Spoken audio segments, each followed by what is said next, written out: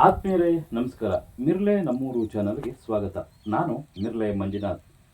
ಮೈಸೂರು ಜಿಲ್ಲೆ ಸಾಲಿಗ್ರಾಮ ತಾಲೂಕಿನ ಮಿರ್ಲೆ ಗ್ರಾಮದಲ್ಲಿ 80ನೇ ವರ್ಷದ ಸ್ವಾತಂತ್ರ್ಯ ದಿನಾಚರಣೆಯನ್ನು ಬಹಳ ಅದ್ಧೂರಿಯಾಗಿ ನೆರವೇರಿಸಲಾಯಿತು. ಶಾಲೆಯ ಮಕ್ಕಳು ಸ್ವಾತಂತ್ರ್ಯ ನಾಯಕರ ವೇಷಭೂಷಣಗಳನ್ನು ತೊಟ್ಟು ಊರಿನ ಪ್ರಮುಖ ಬೀದಿಯಲ್ಲಿ ಸಾಗಿದರು. ಅಲ್ಲದೆ ಅತಿ ಉದ್ದವಾದ ತಿರಂಗ ಧ್ವಜವನ್ನು ಹಿಡಿದು ಸಾಗಿದ ಮಕ್ಕಳು ದೇಶ ಪ್ರೇಮವನ್ನು ಮೆರೆದರು. ಮಿರ್ಲೆಯ ಪಂಚಾಯಿತಿ ಅಭಿವೃದ್ಧಿ ಅಧಿಕಾರಿಗಳು ಗಾಂಧೀಜಿಯವರ ಭಾವಚಿತ್ರಕ್ಕೆ ಪೂಜೆ ಸಲ್ಲಿಸುವುದರ ಜೊತೆಗೆ ಧ್ವಜಾರೋಹಣವನ್ನು ಮಾಡಿ ಮಕ್ಕಳಿಗೆ ಹಿತನುಡಿಗಳನ್ನು ಹೇಳಿದರು. ಅಲ್ಲದೆ ಮಿರ್ಲೆಯ ಪಂಚಾಯಿತಿ ವ್ಯಾಪ್ತಿಯಲ್ಲಿ ಹಳ್ಳಿಗಳನ್ನು ವಿಶೇಷ ಮತ್ತು ಸ್ಮಾರ್ಟ್ ಸಿಟಿ ಮಾಡುವ ಆಶಯವನ್ನು ವ್ಯಕ್ತಪಡಿಸಿ ಸಾರ್ವಜನಿಕರ ಸಹಕಾರ ಕೋರಿದರು. ಪ್ರತಿಭಾ ಪುರಸ್ಕಾರವನ್ನು ಏರ್ಪಡಿಸಿ 80ನೇ ಸ್ವಾತಂತ್ರ್ಯ ದಿನಾಚರಣೆಯನ್ನು ಅರ್ಥಪೂರ್ಣಗೊಳಿಸಿದರು. ಅದರ ಸಂಪೂರ್ಣ ಚಿತ್ರಣ ನೋಡೋಣ.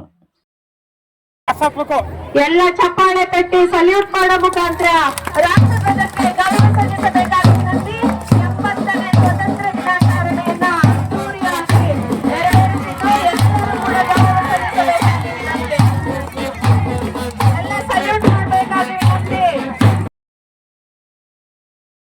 80ನೇ ಸ್ವಾತಂತ್ರ್ಯ ದಿನಾಚರಣೆಯ ಹಾರ್ದಿಕ ಶುಭಾಶಯಗಳನ್ನು ಕೊಡ್ತಾ ವೇದಿಕೆ ಮೇಲೆ ಉಪಸ್ಥಿತರಿರ್ತಕ್ಕಂತಹ ಗೌರವಾನ್ವಿತ ಗ್ರಾಮದ ಹಿರಿಯರೇ, ಶಿಕ್ಷಕರವರೇ, ಎಲ್ಲಾ ಶಾಲೆಯ ಮುಖ್ಯ ಶಿಕ್ಷಕರೇ, ಭವಿಷ್ಯದ ಪ್ರಜೆಗಳಾದ ಪ್ರೀತಿಯ ವಿದ್ಯಾರ್ಥಿಗಳೇ ಹಾಗೂ ಮಿರ್ಲೆ ಗ್ರಾಮದ ಸರ್ವ ನಾಗರಿಕ ಬಾಂಧವರೇ, 1947 ಆಗಸ್ಟ್ 15 ನಮಗೆ ಸ್ವಾತಂತ್ರ್ಯ ಬಂತು. ಆ ಸ್ವಾತಂತ್ರ್ಯಕ್ಕಾಗಿ ಅನೇಕ ಮಹಾತ್ಮರು ನಿರಂತರ ಹೋರಾಟವನ್ನು ಮಾಡಿ ಅವರ ಒಂದು ಜೀವನವನ್ನು ಮುಡುಪಾಗಿಟ್ಟು ಅವರ ಒಂದು ಕುಟುಂಬ, ವೈಯಕ್ತಿಕ ಬದುಕು ಎಲ್ಲವನ್ನು ಪಕ್ಕಕ್ಕಿಟ್ಟು ಸ್ವಾತಂತ್ರ್ಯವನ್ನು ತಂದುಕೊಟ್ಟಿದ್ದಾರೆ.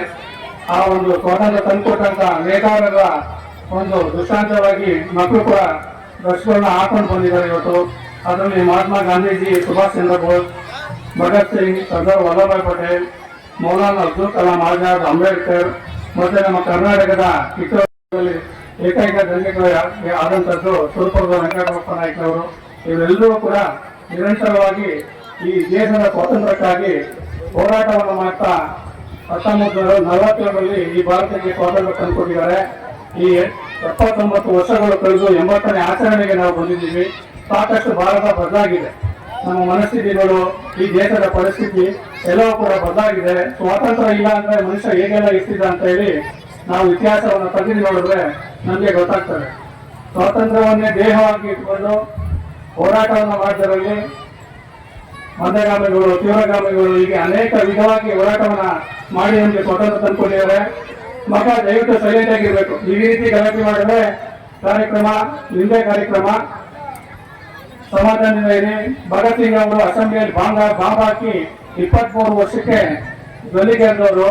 ಅವರು ಬಾಂಬ್ ಹಾಕಿದ್ದು ಯಾರನ್ನ ಕೊಡಬೇಕು ಅಂತ ಅಲ್ಲ, ಇಡೀ ದೇಶದ ಸ್ವಾತಂತ್ರ್ಯಕ್ಕಾಗಿ ಒಂದು ಕಿಚ್ಚನ್ನು ಹಚ್ಚಬೇಕು. ಮತ್ತೆ ಬ್ರಿಟಿಷ್ನವರಿಗೆ ನಾವು ಯಾವ ಮಟ್ಟದ ಒಂದು ಪ್ರಾಣ ತ್ಯಾಗಕ್ಕೆ ತಯಾರಿದೀವಿ ಅಂತ ತೋರಿಸ್ಕೊಡ್ಬೇಕು.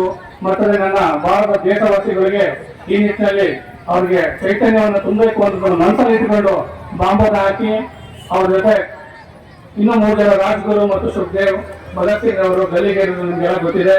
ಮತ್ತೆ ಚಂದ್ರಶೇಖರ್ ಆಜಾದ್ ಅವರು ನಾನು ಬ್ರಿಟಿಷರ ಕೈಗೆ ಸಿಕ್ಕಲ್ಲ, ನಾನು ಜೀವಂತವಾಗಿ ಸಿಗೋದಿಲ್ಲ ಅಂತ ಹೇಳಿ ನಿರಂತರವಾಗಿ ಹೋರಾಟ ಮಾಡಿ ಕೊನೆ ಉಸಿರಿನವರೆಗೂ ಕೂಡ ಬ್ರಿಟಿಷರ ವಿರುದ್ಧ ಹೋರಾಟ ಮಾಡಿ ತನ್ನ ದುಡ್ಡಿಗೆ ತನ್ನನ್ನು ಆಹುತಿಯಾಗಿ ಮಾಡಿಕೊಂಡ್ರು. ಮಹಾತ್ಮ ಗಾಂಧೀಜಿ ಅವರು ನಿರಂತರ ಮತ್ತು ಸುದೀರ್ಘವಾದಂತ ಈ ಒಂದು ಸ್ವತಂತ್ರ ಚಳವಳಿಯಲ್ಲಿ ಭಾಗಿಯಾಗಿ ಇಡೀ ಚಳವಳಿಯನ್ನ ಕೊನೆವರೆಗೂ ಮುನ್ನಡೆಸಿ ಈ ಬ್ರಿಟಿಷರನ್ನು ವಧುವರಿಸಿ ಸ್ವಾತಂತ್ರ್ಯವನ್ನು ಕಿತ್ಕೊಂಡ್ರು. ಆ ನಿಟ್ಟಿನಲ್ಲಿ ನಮ್ಮ ಕ್ರಾಂತಿಕಾರಿ ಚಳವಳಿಗಾರರು ಮತ್ತೆ ಎಲ್ಲ ನಮ್ಮ ಆವತ್ತಿನ ಸಾರ್ವಜನಿಕ ಈ ದೇಶವಾಸಿಗಳು ಅವ್ರ ಜೊತೆ ಕೈ ಜೋಡಿಸಿ ಅನೇಕ ಸತ್ಯಾಗ್ರಹಗಳನ್ನ ಮಾಡ್ತಾ ಬಂದ್ರಲ್ವಾ. ಅದೇ ವಂಶವಾಹಿ ಮತ್ತು ಅದೇ ಜೀವಿಗಳ ಮುಂದುವರೆದ ಭಾಗ ನಾವು. ಇವತ್ತು ನಮ್ಮಲ್ಲೂ ಕೂಡ ಅದೇ ತರದ ಕಿಚ್ಚು, ಧೈರ್ಯ ಇದೆ. ಆದ್ರೆ ಇವತ್ತು ನಾವು ಸ್ವಾತಂತ್ರ್ಯಕ್ಕಾಗಿ ಹೋರಾಡಬೇಕಾಗಿಲ್ಲ. ಮತ್ತು ಅಭಿವೃದ್ಧಿ ನಿಟ್ಟಿನಲ್ಲಿ ಈ ದೇಶ ಸಾಕಷ್ಟು ಅಭಿವೃದ್ಧಿ ಕಂಡಿದೆ. ಅನೇಕ ಡ್ಯಾಮ್ಗಳಾಗಿದೆ, ನೀರಾವರಿಗಳಾಗಿದೆ, ಇನ್ಫ್ರಾಸ್ಟ್ರಕ್ಚರ್ ಡೆವಲಪ್ ಆಗಿದೆ. ಆರ್ಥಿಕ ಮತ್ತು ತಂತ್ರಜ್ಞಾನದಲ್ಲಿ ದೇಶ ಪ್ರಪಂಚದ ಅತ್ಯುನ್ನತ ದೇಶವಾಗಿ ಮುಂದುವರಿತಾ ಇದೆ. ಇವತ್ತು ನಾವು ಅದೆಲ್ಲವನ್ನು ಕೂಡ ಸಂರಕ್ಷಣೆ ಮಾಡ್ತಾ ಮತ್ತು ನಮ್ಮ ಪರಿಸರವನ್ನು ಸಂರಕ್ಷಣೆ ಮಾಡ್ತಾ ಮಿರ್ಲೆ ಗ್ರಾಮ ಪಂಚಾಯಿತಿಯನ್ನ ನಾವು ವಿಶೇಷ ಮತ್ತು ಸ್ಮಾರ್ಟ್ ವಿಲೇಜ್ ಆಗಿ ಮಾಡೋ ನಿಟ್ಟಿನಲ್ಲಿ ನಾವೆಲ್ಲ ಕೈ ಜೋಡಿಸಿ ಕೆಲಸ ಮಾಡೋಣ. ಆ ನಿಟ್ಟಿನಲ್ಲಿ ಗ್ರಾಮ ಪಂಚಾಯತಿಯಿಂದ ಅನೇಕ ಯೋಜನೆಗಳನ್ನ ನಿರಂತರವಾಗಿ ಜಾರಿ ಮಾಡ್ಕೊಂಡು ಬರ್ತಾ ಇದ್ದೀವಿ. ಗಾಂಧೀಜಿ ಅವರು ಹೇಳಿದ್ರು, ಭಾರತದ ಆತ್ಮ ಇರ್ತಕ್ಕಂಥದ್ದು ಹಳ್ಳಿಗಳಲ್ಲಿ ಅಂತ ಹೇಳಿ. ಅದು ನಿಜ ಕೂಡ ಹೌದು. 73ನೇ ಸಂವಿಧಾನ ತಿದ್ದುಪಡಿಯಾಗಿ ಗ್ರಾಮ ಪಂಚಾಯತಿಗಳ ರಚನೆ ಆಯಿತು. ಇವತ್ತು ನಾನೊಬ್ಬ ಗ್ರಾಮ ಪಂಚಾಯತಿ ಪೀಡಿಯವಾಗಿ ನಿಮ್ಮ ಮುಂದೆ ನಿಂತಿದ್ದೀನಿ ಅಂತ ಹೇಳಿದ್ರೆ, ಗಾಂಧೀಜಿ ಅವರು ಅವತ್ತು ಕಂಡಂತ ಕನಸಿನ ಭಾಗವಾಗಿ 73ನೇ ತಿದ್ದುಪಡಿ 93ರಲ್ಲಿ ನಾನು ಇವತ್ತು ಗ್ರಾಮ ಪಂಚಾಯತಿಗಳು, ಇವತ್ತಿನ ಗ್ರಾಮ ಪಂಚಾಯತಿಗಳು ಅಸ್ತಿತ್ವಕ್ಕೆ ಬಂದು, ಗ್ರಾಮ ಪಂಚಾಯತಿಗಳಲ್ಲಿ ನೀವು ನಮ್ದು ಪರೋಕ್ಷ ಪ್ರಜಾಪ್ರಭುತ್ವ, ನೇರ ಪ್ರಜಾಪ್ರಭುತ್ವವನ್ನು ನೋಡ್ಲಿಕ್ಕೆ ಉದಾಹರಣೆ ಸಿಗ್ತದೆ ಗ್ರಾಮ ಪಂಚಾಯತಿ ಮಾತ್ರ. ಗ್ರಾಮ ಸಭೆಗಳಿಗೆ ಎಲ್ಲಿನ ಧ್ವನಿ ಮತ್ತು ವಯಸ್ಸನ್ನ ಕೊಟ್ಟಿದ್ದಾರೆ. ಹಾಗಾಗಿ ಸಾರ್ವಜನಿಕ ಬಂಧುಗಳು ಎಲ್ಲರೂ ಕೂಡ ಗ್ರಾಮ ಸಭೆಗಳಲ್ಲಿ ಭಾಗವಹಿಸಿ ನಿಮ್ಮ ಹಕ್ಕುಗಳನ್ನ ಮಂಡಿಸೋದ್ರ ಅಷ್ಟೇ ಜೊತೆಗೆ ನಿಮ್ಮ ಕರ್ತವ್ಯಗಳನ್ನು ಕೂಡ ಪಾಲಿಸಿ. ಗ್ರಾಮ ಪಂಚಾಯತಿಯಿಂದ ಸ್ವಚ್ಛ ಭಾರತ್ ಮಿಷನ್, ವಸತಿ ಯೋಜನೆ, ಕುಡಿಯೋ ನೀರು ಮತ್ತು ಇನ್ಫ್ರಾಸ್ಟ್ರಕ್ಚರ್ಗಳನ್ನ ನಿರಂತರವಾಗಿ ಮಾಡ್ಕೊಂಡು ಬರ್ತಾ ಇದೀವಿ ಮತ್ತು ನಿವೇಶನಗಳನ್ನ ಕೂಡ ಹಂಚಿಕೆ ಮಾಡ್ಕೊಂಡು ಬರ್ತಾ ಇದೀವಿ. ಈಗ ಇನ್ನೂ ಕೂಡ ಇನ್ನು ಹೊಸ ಲೇಔಟ್ ಕೂಡ ಆಗಿದೆ. ಸದ್ಯದಲ್ಲೇ ನಿವೇಶನ ಕೂಡ ನಾವು ಹಂಚಿಕೆ ಮಾಡ್ತೀವಿ. ಈಗ ನೀವು ಮಾಡ್ಬೇಕಾಗಿರ್ತಕ್ಕಂಥದ್ದು ದೇಶಕ್ಕಾಗಿ ಹೋರಾಟ ಮಾಡಿ ಬಲಿದಾನ ಕೊಡಬೇಕಾದ ಪರಿಸ್ಥಿತಿ ನಾವಿಲ್ಲ. ಯಾವುದೇ ಡ್ಯಾಮ್ ಕಟ್ಟಬೇಕಾದ ಪರಿಸ್ಥಿತಿ ಇಲ್ಲ, ಯಾವುದೇ ಕೆರೆ ಕಟ್ಟಬೇಕಾದ ಪರಿಸ್ಥಿತಿ ಇಲ್ಲ. ಅವುಗಳೆಲ್ಲವನ್ನು ಸಂರಕ್ಷಣೆ ಮಾಡಿ ಸದ್ಬುದ್ಧಿಯಿಂದ ಬಳಸಿ ಮುಂದಿನ ಜನರೇಷನ್ಗೆ ಕೊಂಡೊಯ್ಯಬೇಕನ್ನೋದು ಅಷ್ಟೇ ನಮ್ಮ ಜವಾಬ್ದಾರಿಯಾಗಿದೆ. ಆ ನಿಟ್ಟಿನಲ್ಲಿ ನಮ್ಮ ಗ್ರಾಮ ಪಂಚಾಯತಿ ಆಡಳಿತ ಜೊತೆ ಕೈ ಜೋಡಿಸಿ ನಿಮ್ಮ ಗ್ರಾಮದಲ್ಲೇ ಕೂಡ ಅನೇಕ ಸರ್ಕಾರಿ ಸಂಸ್ಥೆ, ಕಾಲೇಜು, ಆಸ್ಪತ್ರೆಗಳಿಗೆ ನಿಮ್ಮ ಹಿಂದಿನ ತಲೆಮಾರುಗಳನ್ನು ದಾನ ಕೊಟ್ಟು ಸಂಸ್ಥೆಗಳನ್ನ ಉಳಿಸಿದ್ದಾರೆ, ಬೆಳೆಸಿದ್ದಾರೆ. ಆದ್ರೆ ಇವತ್ತು ನಮ್ಮ ಡ್ರೈನೇಜ್ ಪಕ್ಕದಲ್ಲೇ ತಗೊಬಂದು ಸೆಟ್ಬ್ಯಾಕ್ ಕೂಡಲೇ ಪಿಲ್ಲರ್ ಹಾಕ್ತಕ್ಕಂಥದ್ದು, ರೋಡ್ ತಗೊಂಡು ಕೋಟಿಗೆ ಹಾಕ್ತಕ್ಕಂಥದ್ದು, ಈ ತರ ಒತ್ತುವರಿಗಳನ್ನು ಮಾಡಬೇಡಿ. ಗ್ರಾಮ ಹಿಂದಿನ 1968ರಲ್ಲಿ ಈ ಗ್ರಾಮದ ಪ್ಲಾನ್ ಏನಿದೆ, ಆ ಪಂಚಾಯತಿ ಬಂದಾಗ ಪ್ಲಾನ್ ತೆಗೆದು ನೋಡಿದಾಗ ಬಹಳ ಖುಷಿ ಆಯ್ತು. ನಾವು ಇವತ್ತು ಬಹಳ 21ನೇ ಶತಮಾನದ ನಾಗರಿಕ ಸಮಾಜದಲ್ಲಿದ್ದೀವಿ. ಈಗ ನಾವೇ ಬದುಕ್ತಿದ್ವಿ, ನಮ್ಮ ಹಿರಿಯರು ಹೇಗೆಲ್ಲ ಪ್ಲಾನ್ ಮಾಡಿಟ್ಟಿದ್ರು ವಿಲೇಜ್ ಅಂತ ಹೇಳಿ. ಆ ಪ್ಲಾನ್ ತಗೊಂಡು ಗ್ರಾಮದೊಳಗಡೆ ಬಂದಾಗ ಇದೇನಾ ಗ್ರಾಮ ಅಂತ ಹೇಳಿ ಒಂದ್ ರೀತಿ ದಿಗ್ಭ್ರಮೆ ಆಗ್ಬೋಯ್ತು. ಯಾಕೆಂದ್ರೆ ಆ ಪ್ಲಾನ್ಗೂ ಇವತ್ತು ನಾವು ಇಲ್ಲಿ ಇರ್ತಕ್ಕಂಥದ್ದು ಸಮಾಧಾನ ಇಲ್ಲ. ಎಲ್ಲವೂ ಬದಲಾಗಿದೆ. ಬದಲಾದ ಜೊತೆಗೆ ಹಿಂದೆ ಸಾಕಷ್ಟು ನೀವು ಹಿಂದಿನ ಮನೆಗಳನ್ನ ನೋಡಿ, ನಮ್ಮ ಹಿರಿಯರು ಎಷ್ಟು ನೀಟಾಗಿ ಕಟ್ಕೊಟ್ಟಿದ್ರು ಅಂತ ಹೇಳಿ. ಮನೆ ಸುತ್ತಮುತ್ತ ಜಾಗ ಬಿಟ್ಟು ಎಲ್ಲ ಪರಿಸರಾತ್ಮಕವಾಗಿ ಪ್ರಾಣಿ ಪಕ್ಷಿಗಳಿಗೂ ಕೂಡ ಜಾಗ ಬಿಟ್ಟು ಕಟ್ಕೊತಾ ಇದ್ರು. ಇವತ್ತು ನಮ್ಗೆ ಕಟ್ಕೊಳ್ಳಿಕ್ಕೆ ಸಾಕಷ್ಟು ಜಾಗ ಇದೆ. ಅದು ನಾವು ರೋಡ್ಗೆ ಬರಬೇಕು ಅಂತ ಹೇಳ್ತೀವಿ, ಒತ್ತುವರಿ ಮಾಡಿ ಕಟ್ಕೋತೀವಿ. ಪಕ್ಕದಲ್ಲಿ ಒಂದಡಿಗೋಸ್ಕರ ಕೋರ್ಟು ಜಗಳ ರಾಜ್ಯಗಳನ್ನ ಆಡಿ ಕೋರ್ಟ್ಗಳನ್ನ ಹಾಕ್ತಿದ್ವಿ. ಹಿಂದೆ ಅವ್ರು ಎಕರೆ ಬಿಟ್ಕೊಡ್ರಿ. ನಿಮ್ಮ ಸ್ಮಶಾನಕ್ಕೂ ಕೂಡ ಸಾರ್ವಜನಿಕರು ಬಿಟ್ಟಿದ್ದಾರೆ. ನಿಮ್ಮ ಸರ್ಕಾರಿ ಶಾಲೆಗಳು ಕೂಡ ಶಾಲೆ ನಿರ್ಮಿಸಲಿಕ್ಕೆ ಬೇಕಾದಂತ ಆದಾಯ ಉತ್ಪನ್ನಕ್ಕೂ ಕೂಡ